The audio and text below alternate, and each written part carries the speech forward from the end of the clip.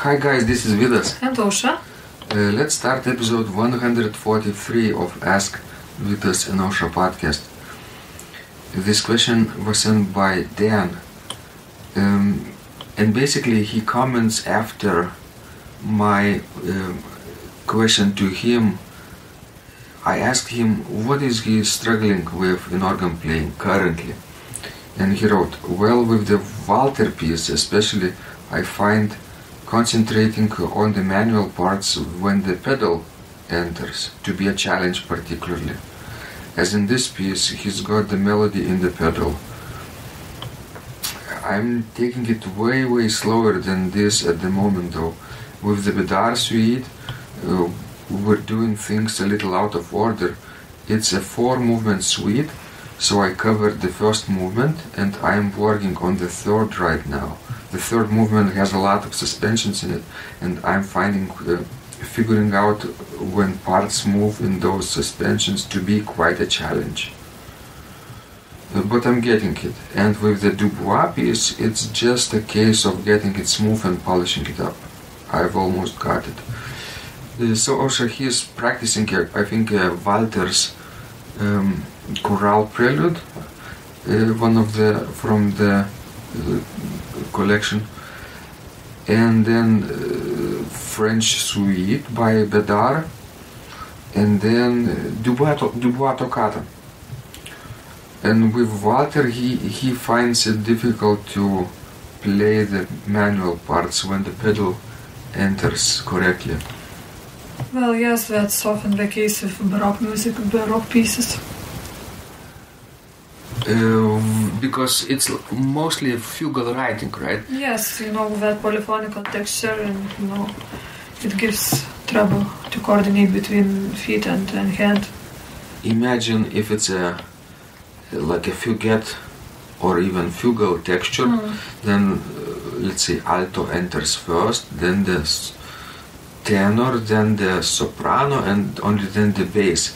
At the instance where the bass or the pedals enter, then it's 4-part texture already. Yes, very it's thick. a thick texture, and you have a lot of things to do, to think, to listen to. I think people take the first tempo, practice tempo, according to the first line. Yes. Yes, and if in the first line you only have one voice, it's very easy, and they tend to play too fast. That's true. And in general, I would suggest if you have pieces like this, start to learning them and to practice right away those harder spots. Don't play from the beginning. When you see that the texture is so thick, start learning those spots. In combinations first, to play pedals separately, and only then put things together and then start to learn those easier spots. Because otherwise, you can play piece nicely, but not those spots where the pedals come in. So in order, to make things even in the piece, throughout the piece, you need to start working at the harder spots at the beginning. That's very natural, right? Let's say if a piece is just one line, solo piece. We have some pieces like this, especially in contemporary music. I'm thinking about Messiaen and his movements from Le Corps Glorieux, let's say, right? For a single cornet stop, or a reed.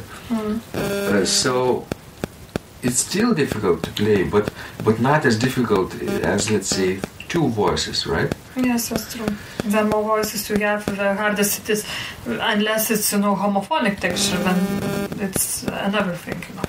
But I'm talking about polyphonical texture. So in the polyphonic texture, if it's just one line, and for everyone is different, but let's say you can play this one-line piece relatively slowly with a few mistakes, then you need to go back, correct them, and probably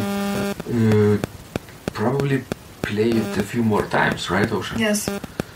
So 5 or 10 times for one voice short episode. What happens if you have 2 voices? You have to repeat not 20 times but 30 times, because you have one line, the second line alone, and both lines together 30 times. And if you have 3-part texture, you have actually 7 combinations. That's why you have to play 70 times. Your number scares me. I know. Stop counting. And if you have 4-part texture, I'm not finished yet. If you have 4-part texture, guess how many combinations?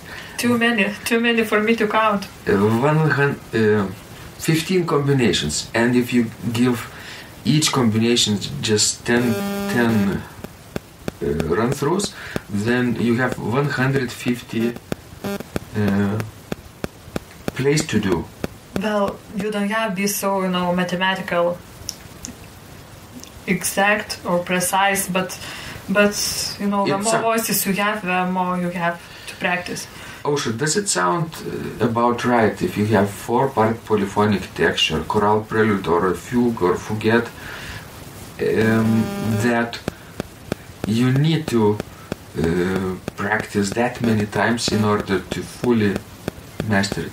Yes, especially if you are a beginner. Mm-hmm. We're talking about people with beginner skills, yes, or early intermediate. Yes. And another piece that he wrote about those suspensions, my suggestion would be to lean more on those, because suspension always marks a dissonant in music, and you have to lean more on dissonances, because after that the resolution usually comes. So that might help him too while practicing that piece. You're right. What do you mean by lean on dissonances? Well, I don't mean like physically lean on them, but listen to them and make them longer. Make them longer, yes. A little bit, yes. Not too much, of course. And play them legato, I think. Yes. The resolution, yes. Suspension and resolution has to be played legato. Yes. At least it has to sound legato. Yes. If a very reverberant room, maybe you could articulate a little bit. But if it's a dry acoustics, definitely you need to play legato. Those 2 notes. Yes. And with Dubois Toccata, I think he is on the right track, right? Yes. Although don't practice that piece too fast, too often, because it might get muddy after a while. So maybe then dotted rhythms and reverse dotted rhythms might help. Slowing down and playing tan ta tan ta tan. Yes, and every time when you practice, play it in a slow tempo too, not just in a fast tempo. True. That will help to keep things clean. Okay. It's just a matter of spending time. Sure. And he will get it eventually. Yes. Thanks, guys. Please send us more of your questions. We love helping you grow, right, Ausra? Yes. And remember, when you practice, miracles happen.